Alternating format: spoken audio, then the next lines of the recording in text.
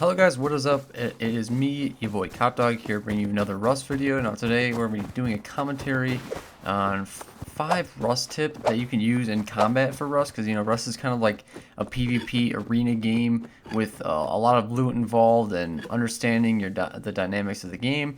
And it's not about aim practice. This isn't one of those games to memorize your spray control. We may make a video like that, but for now we're just going to be talking about simply IQ plays.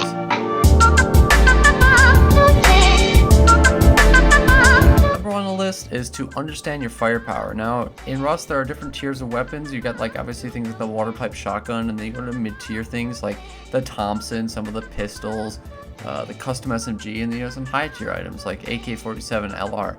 Now, in my second point I'm going to make here, it's listen to types of guns, but understanding your firepower is knowing what to engage with, how to engage with, things like that. For example, if I'm going to be running around with just a bow and arrow, I'm not going to be going up straight one-on-one against a custom SMG at close range. That is not smart. That is not the way to do things. And a lot of people make this mistake. A lot of people play very confident with certain arsenals that are not quite useful against other arsenals, such as shotguns. And it's often a mistake that I see all the time. So it's just understanding your firepower, understanding your weapons, the tools you have for the job, right?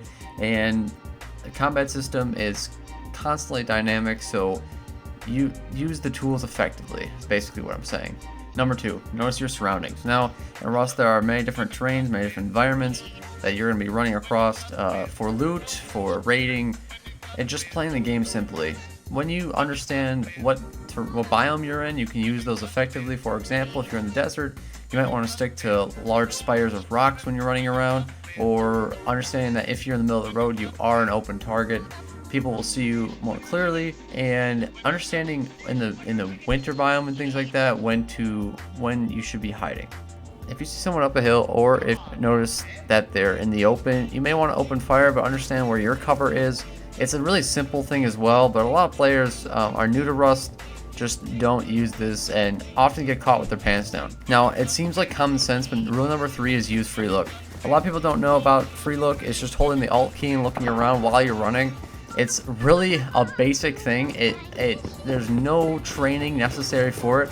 But if you feel like you're being heard or someone's near you and you think you're in danger, you can always just run away from the area. Like, let's say you're in satellites and you just see someone up on a satellite.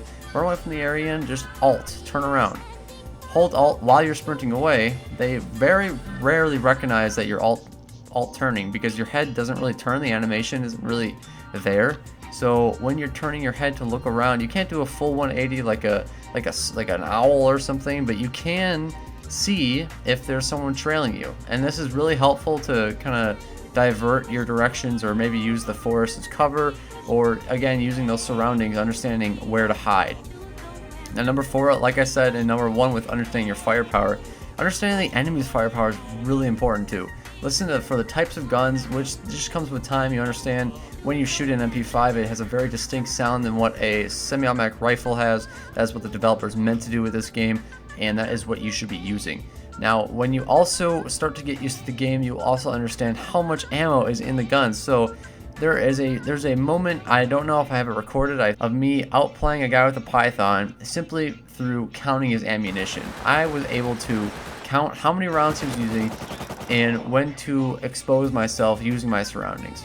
Even though he had a revolver, I could beat him with a bow, because I could count his ammo types and when he was going to need to reload.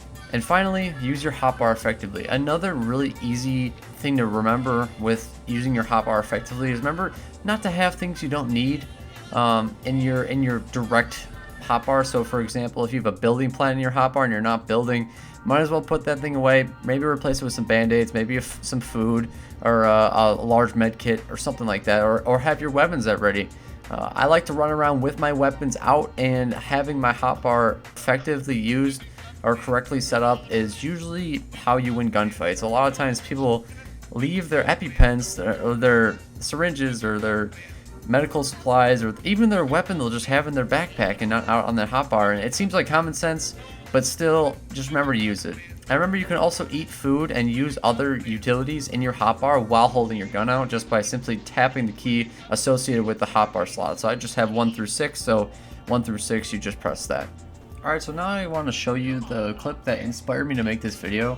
I'm not usually the greatest at PvP here, and these guys are nowhere near as good as the average players that you'll find. But just being a smarter player here, I was able to outmaneuver a 1v2 bow fight. I have a crossbow and a bow in my inventory, as you can see, and I'm using the surrounding of their own base to use as cover to create more one-on-one situations since there's two of them. Now I see that there's two of them, and I have my crossbow out because it's a high damage first shot. I knew I hit one of them, so I swapped to my bow that has a faster reload and downed the first guy.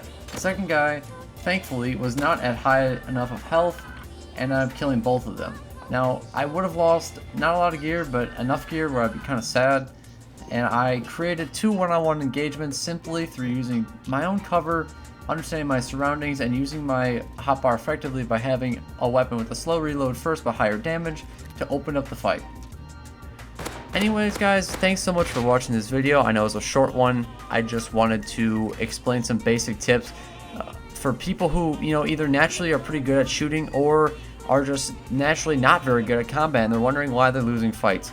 And some of it just have to do with thinking, some of it obviously is timing, so you're not always going to win every gunfight. It does not happen to me. I usually lose about 50-50 in whether I'm going to lose a gunfight, just simply because of the timing.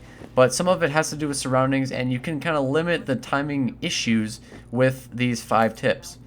Thanks so much for watching. If you guys enjoyed, please remember to leave a like, remember to subscribe, and as always, I'll see you guys in the next one. Peace. News story, and I need all of you to stop what you're doing and listen.